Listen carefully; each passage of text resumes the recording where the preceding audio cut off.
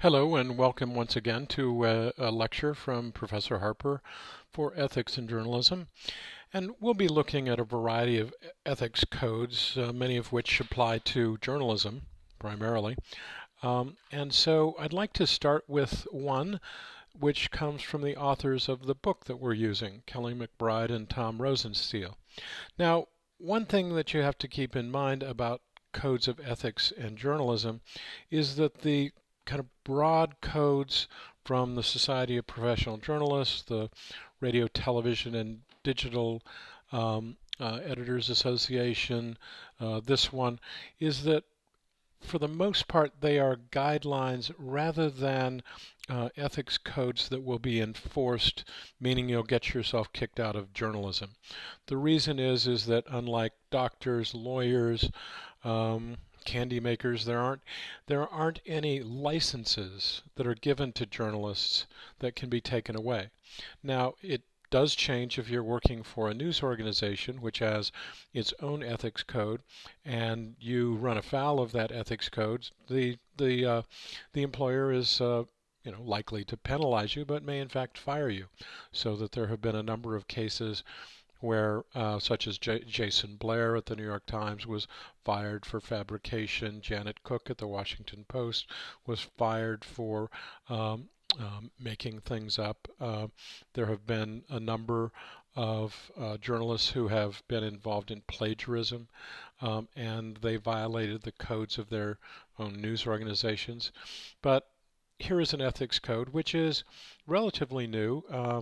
The book was published in 2013, so it tries to incorporate many of the facets of social media and the traditional aspects of news organizations into the code.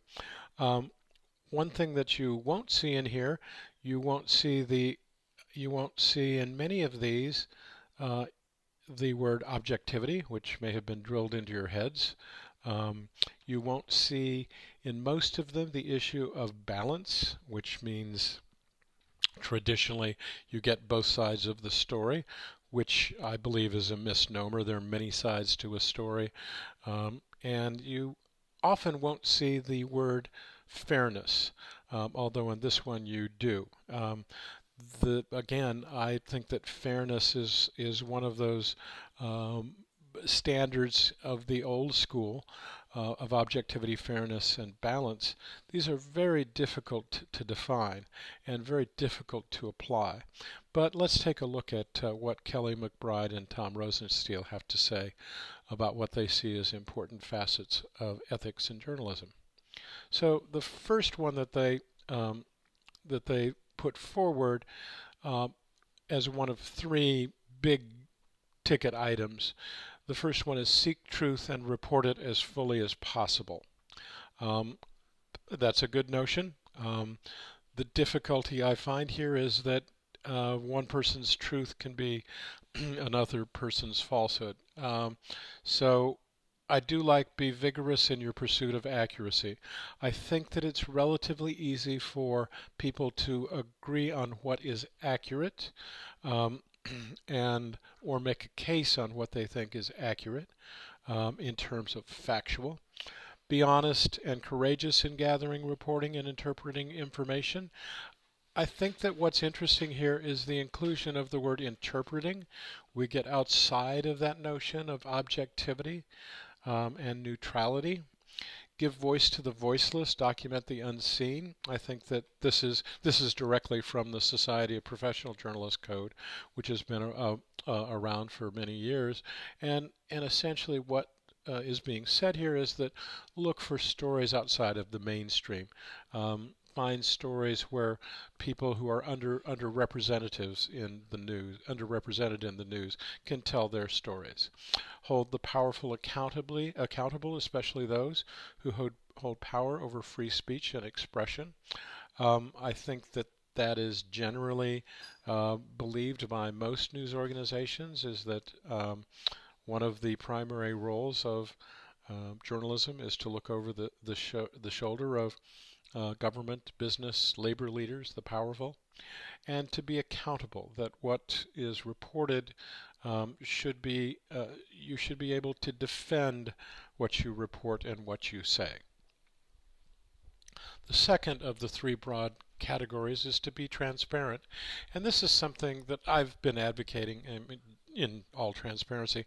I've been advocating for a number of years. Essentially, we need to tell our readers and viewers why and how we report things, and what our point of view and what our biases may be, so that you show how the reporting was done and why people should believe it.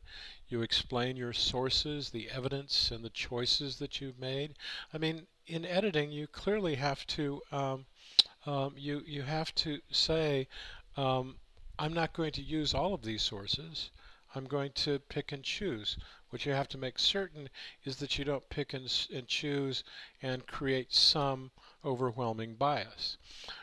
You clearly articulate your journalistic approach, whether you strive for independence or approach information from a political or philosophical point of view.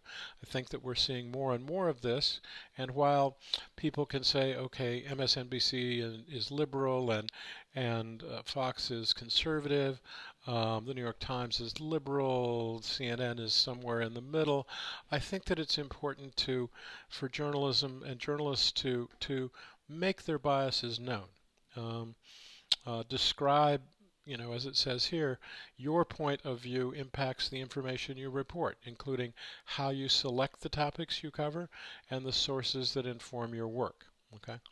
The third one here, acknowledge mistakes and errors, correct them quickly, and in a way that encourages people who consume the faulty information to know the truth. I think that most people would agree that this is a good thing to do. What tends to happen, as we'll see in some of the cases that we go through during the course of this semester, is that journalists aren't particularly good at acknowledging that they make mistakes and errors, and they don't give them the same prominence that they gave the first report. They kind of sneak in the correction, and they don't really give it the same prominence. So a story on the front page of the New York Times may in fact be a small little correction on the inside of the newspaper. The third part, which is a good one, I think, and has been coming in and out of journalistic circles for about the past 20 years, is to engage the community as an end rather than as a means, so that news organizations should make an ongoing effort to understand the needs of the community, and to seek to serve and create a mechanism so that the community can be more actively involved in the news organization. So the second part is seek out and disseminate competing perspectives without being unduly influenced by those who would use their power or position counter to the public interest. Recognize that good ethical decisions require individual responsibility enriched by collaboration. Okay? Essentially, that the journalist must be responsible, and it becomes better when there's a collaborative effort in making that ethical decision. Seek publishing alternatives that minimize harm that results from your actions and should be compassionate and empathetic toward those affected by your work.